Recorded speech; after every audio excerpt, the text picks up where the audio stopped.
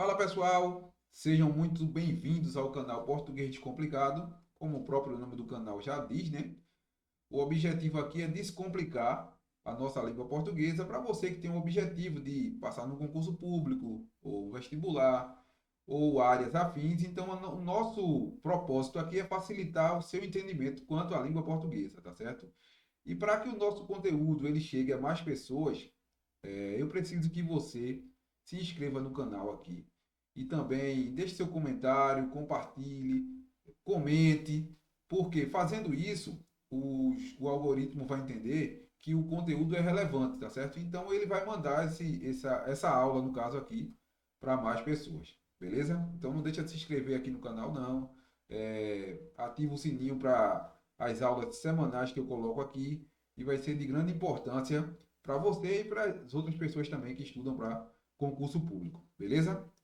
Então vamos lá. Hoje a gente vai falar um pouco sobre tipos de sujeito, tá? Mas primeiro a gente precisa entender o que é um sujeito, onde é que ele está na gramática, qual a importância dele, é, como é que eu posso identificar um sujeito. Esse conteúdo sujeito ele está na parte da sintaxe, tá? Mas, quando você chega lá na parte da sintaxe, você vai logo de cara, a maioria das gramáticas vai explicar para você o que é uma frase, o que é uma oração e o que é um período, tá certo? Então, frase. A frase, ela é todo enunciado de sentido completo. Todo enunciado de sentido completo. Então, eu tenho aqui a palavra fogo. Fogo é uma palavra que tem sentido completo, por conta desse sinal de exclamação aqui, ó.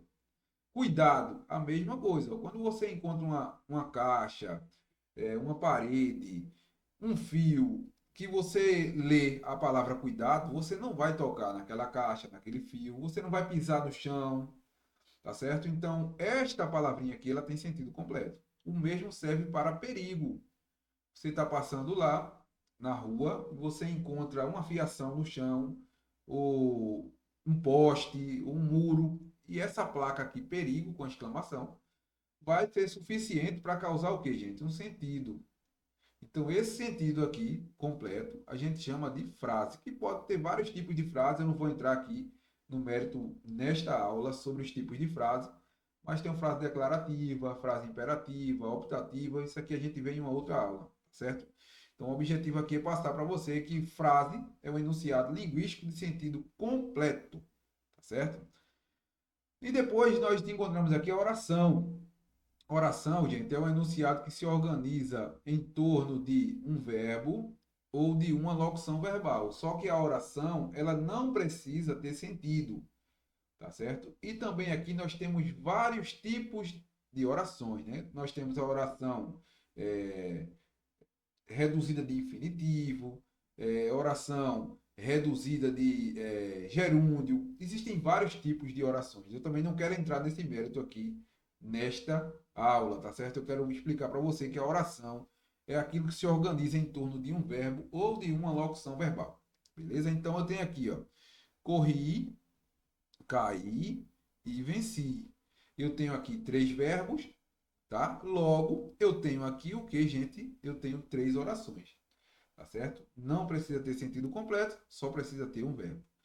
Período. Saiu até errado aqui, né? Período. Trata-se de enunciado construído por uma ou mais orações, ou seja, precisa ter um verbo e precisa ter sentido completo. Precisa ter sentido completo, tá? Então isso quer dizer o quê? O período, ele é a fusão da frase mais a oração. Porque eu preciso ter uma oração e eu preciso ter o quê? O sentido completo. Então, quando isso acontece aqui, dizemos que temos um período. É o que acontece aqui na frase aqui abaixo. Ó. O time perdeu muitos gols. Então, aqui eu tenho o verbo perder e eu tenho uma frase com sentido. Então, aqui eu tenho um período, tá certo? Então, isso aqui é muito importante você entender antes de entrarmos na parte do sujeito. Por quê? O sujeito é o termo essencial da oração ao lado do predicado. É o termo essencial da oração e é aquele sobre o qual se declara alguma coisa. É aquele termo que eu estou informando alguma coisa sobre ele. Por exemplo, o menino saiu de casa. Como é que eu vou identificar o sujeito aqui? Ó? Eu encontro primeiro o verbo e daqui para frente eu faço uma pergunta. Quem foi que saiu de casa? Quem saiu de casa foi o menino. Eu tenho aqui o sujeito simples, porque a informação está dada em um núcleo só. Embora tenhamos aqui duas palavras, menino é a palavra de maior relevância, então chamamos de núcleo do sujeito. Sujeito, o menino. João e Maria são amigos, ó. Quem são amigos? São amigos João e Maria. Então a informação está sendo dada sobre esses dois. O professor parece calmo. Quem é que parece calmo? O professor. Então a informação está sendo dada sobre ele. Sujeito, professor. A rua estava tranquila. Quem estava tranquila? Quem estava tranquila era a rua. Então a rua vai ser o meu sujeito. Beleza? Dito isto, o sujeito ele pode ser dividido, ele pode ser classificado de 5 maneiras diferentes. O sujeito ele pode ser um sujeito simples, porque ele possui apenas um núcleo. E núcleo, gente, é a palavra de maior importância do sujeito, tá? Quando eu digo aqui, ó, os homens destroem a natureza. Lembra da regrinha do quem? Ó, quem é que destrói a natureza? Os homens. Eu tenho aqui duas palavras representando o sujeito. Só que esse os aqui não é a palavra de maior importância. Então, o sujeito aqui, o núcleo do sujeito aqui, homens. Então, mesmo estando no plural, é uma palavra só. Então, o núcleo do sujeito, representado por apenas uma palavra, eu tenho um sujeito simples, tá? Deus é perfeito. Quem é perfeito? Deus. Então, Deus, uma palavra só, é o núcleo do sujeito, apenas uma palavra. Núcleo do sujeito chamamos de sujeito simples. Os alunos estudam para a prova. Quem é que estuda para a prova? É interessante você saber disso. De que na oração você precisa identificar primeiro o verbo, porque sem verbo não há oração. Então, quando eu encontro o verbo, eu faço a pergunta e a resposta que eu tenho eu chamo de sujeito. Quem estuda para a prova? Quem estuda para a prova? Os alunos. Então, os alunos aqui eu tenho o núcleo do meu sujeito simples, beleza? Então, para ficar claro aqui, ó, o sujeito simples é quando o que, gente? Quando a oração, perdão, quando há apenas um núcleo identificado aqui a informação atribuída pelo verbo. Tranquilo? Vamos para a próxima. Na próxima aqui encontramos o sujeito composto. Se no sujeito simples a oração a informação é dada a apenas um núcleo, no sujeito composto eu vou ter o quê? Dois ou mais núcleos, tá? Que também eles vêm expressos na oração. Encontrei o verbo aqui, ó, pastavam, certo? Perguntinha. Quem pastava? As vacas brancas e os touros pretos. Então aqui é o meu sujeito completo, tá certo? Então aqui, ó, eu tenho o núcleo do sujeito aqui, vacas, e eu tenho o núcleo do sujeito touro. Então, ó, o sujeito composto, ele possui a informação dada, gente, em dois ou mais núcleos. Geralmente o sujeito composto ele vem ligado pelo i, mas nada impede também que ele seja ligado ou seja separado por vírgulas, tá? Então aqui embaixo eu tenho, ó, a cegueira e a pobreza lhe torturavam os últimos dias. Ó, o que é que lhe torturava os últimos dias, né? O que é que lhe torturava os últimos dias? A cegueira, ó, o primeiro núcleo, e a pobreza, olha o segundo núcleo. Dois núcleos, sujeito composto. O mesmo aqui embaixo. Fome e desidratação são agravantes das doenças daquele povo. Quais são os agravantes? O que são os agravantes? Fome e desidratação são os agravantes, beleza? Eu e a turma fomos ao jogo. Quem foi ao jogo? Eu, aqui o núcleo, e turma. Dois núcleos, sujeito composto. Tranquilo? Vamos para a próxima. Sujeito oculto. Ó, também chamado de sujeito elíptico, as bancas cobram muito aqui essa terminologia, ou desinencial, é determinado pela desinência verbal. O que é a desinência, gente? Desinência é a parte final do verbo. Por exemplo, aqui, ó, eu tenho o verbo compramos. Compramos. A parte final do verbo, essa daqui, a gente chama de desinência. Então, este sujeito oculto, ele é conhecido também como elíptico, desinencial, implícito na desinência verbal e oculto. Oculto é o que menos as bancas cobram, tá? Elas cobram sempre essas terminologias aqui diferentes, justamente para prejudicar o candidato. Então, ele não aparece explícito na frase, tá certo? Mas a gente consegue entender por conta de quê? Por conta da implicidade no verbo. Ele está implícito no verbo, tá certo? Então, no sujeito oculto vai aparecer aqui a primeira pessoa ou a segunda pessoa do singular ou do plural. Ou eu, ou tu, ou nós, ou vós. Tá certo? Ó, estamos sempre alertas para com os aumentos abusivos de preço. Quem é que está sempre alerta? Quem está sempre alerta somos nós. Então, aqui nós é a primeira pessoa do plural. Então, eu tenho aqui um sujeito oculto. Quero que meus pais cheguem de viagem o mais rápido possível. Ó. Quem é que quer? Quem quer aqui? Eu. Primeira pessoa do singular, sujeito oculto. Estudaremos toda a matéria. Quem é que estudaremos? Quem é? Estudaremos aqui, ó, nós. Primeira pessoa do plural. Então, para ficar claro aqui que sujeito oculto, ele pode ser confundido com o sujeito indeterminado. Sujeito oculto, ele vai estar na desinência verbal, ou seja, na parte final do verbo, e na conjugação deste verbo tem que aparecer a primeira pessoa do singular ou plural, ou a segunda pessoa do singular ou do plural, tá certo? Porque se aparecer a terceira pessoa, vai estar dentro dessa característica aqui, ó, o quarto tipo de sujeito, que é o sujeito indeterminado. Este tipo de sujeito não aparece explícito, não aparece visível, não é mostrado na oração. Por ser, primeiro, ele é impossível determinar, ou também, gente, além de ser impossível de ser determinado, às vezes as pessoas não querem determinar. Por exemplo, você chega lá na sua sala de aula, aí o aluno chega, como professor isso acontece muito, né? Aí chega alguém e diz assim, professor, roubaram minha caneta. Professor, levaram meu lápis. Professor, quebraram a porta. Professor, jogaram meu caderno. Às vezes o aluno até sabe quem quebrou, quem jogou, quem roubou, quem levou. Mas ele não quer identificar para não ser o velho X9, né? Então, no sujeito indeterminado, ou é impossível determinar o sujeito, ou por alguma razão não se quer determinar esse sujeito. Ou seja, gramaticalmente eu não posso dizer quem é o sujeito. Como é que eu faço isso para determinar o sujeito?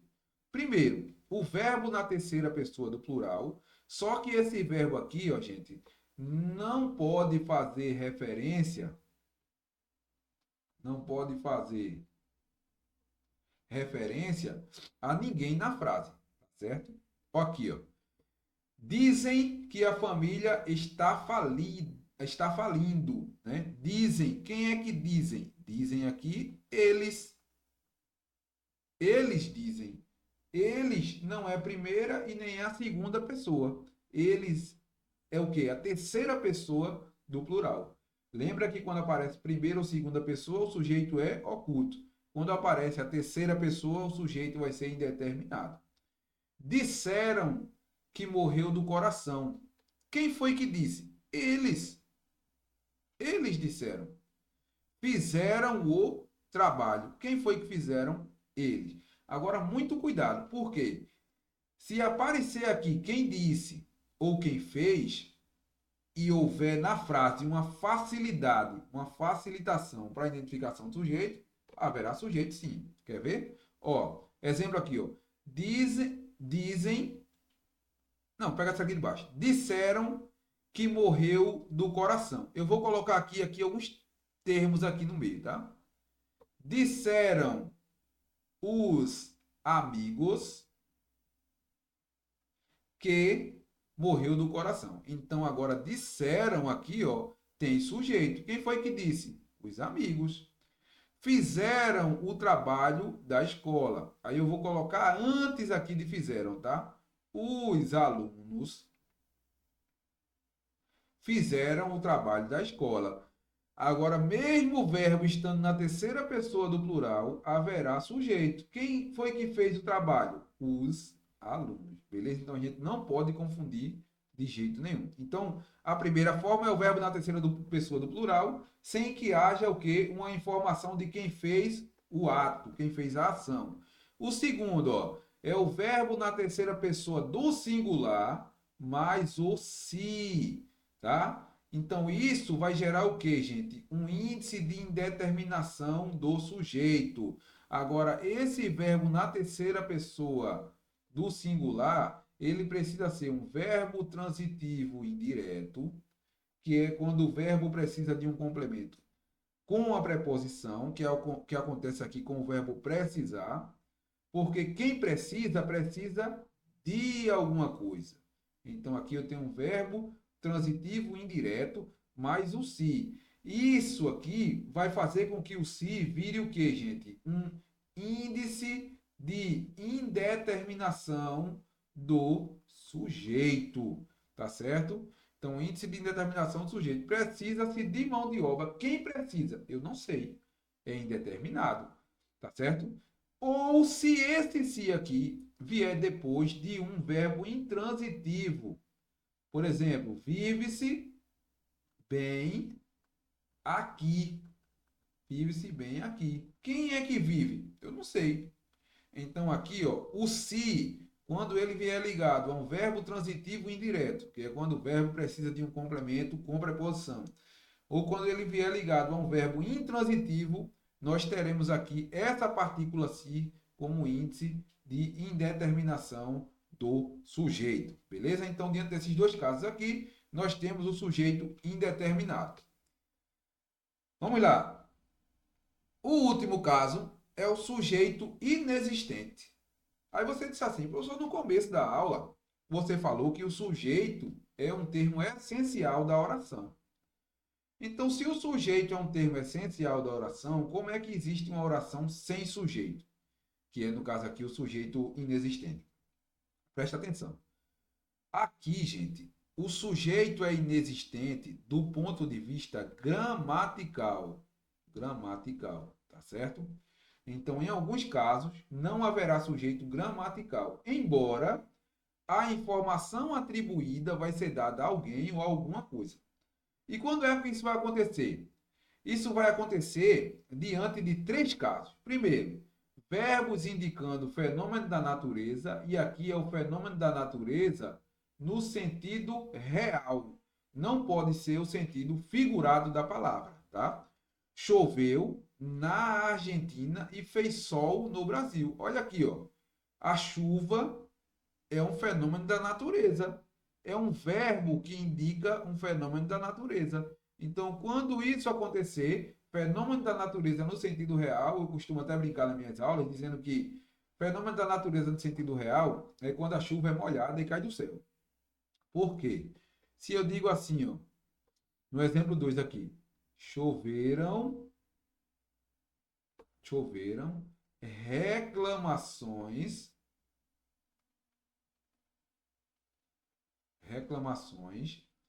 na reunião. Percebam que aqui não tem como chover molhado do céu reclamação. Tem? Não tem. Então, chover aqui está no sentido, gente, figurado. Tá? Está no sentido figurado. Então, quando isso acontecer, vai ter sujeito. O que choveu aqui? Choveram o quê? Reclamações. Então, aqui vai ser o meu sujeito. E chover aqui vai estar no sentido figurado. Beleza? O segundo ponto é o quê? É o verbo haver no sentido de existir. Geralmente, as bancas colocam esse verbo aqui, ó, nesse formato aqui, tá? O verbo haver no sentido de existir ou ocorrer. Agora, cuidado, que esse verbo haver, ele pode ter outros significados, tá? Por exemplo, o verbo haver, ele pode ter o sentido de ter. Quando o verbo haver tiver o sentido de ter, eu vou ter uma oração com sujeito, que é diferente. Aqui, quando estiver no sentido de existir ou ocorrer, a oração fica sem sujeito. Houve um grande acidente na avenida principal. Ou seja, existiu um grande acidente na avenida principal. Verbo haver no sentido de existir. Há pessoas que não valorizam a vida. Ou seja, existem pessoas que não valorizam a vida. Agora, muito cuidado, porque o verbo haver, no sentido de existir ou ocorrer, ele é um verbo impessoal e a oração fica sem sujeito, tá certo? E também o verbo não pode ir para o plural. Agora, se o verbo existir tiver aqui no lugar do verbo haver, tá? Ele tem plural e também tem sujeito. Não confundam as coisas, tá? O verbo haver, no sentido de existir, oração sem sujeito, porque o verbo é impessoal. Agora, o verbo existir, oração com sujeito, porque o verbo é pessoal, beleza? Vamos lá, caminhando para o fim aqui. O verbo fazer, quando ele indicar tempo, esse tempo aqui é tempo transcorrido, transcorrido ou passado, ou quando indicar clima, ele também vai ser impessoal.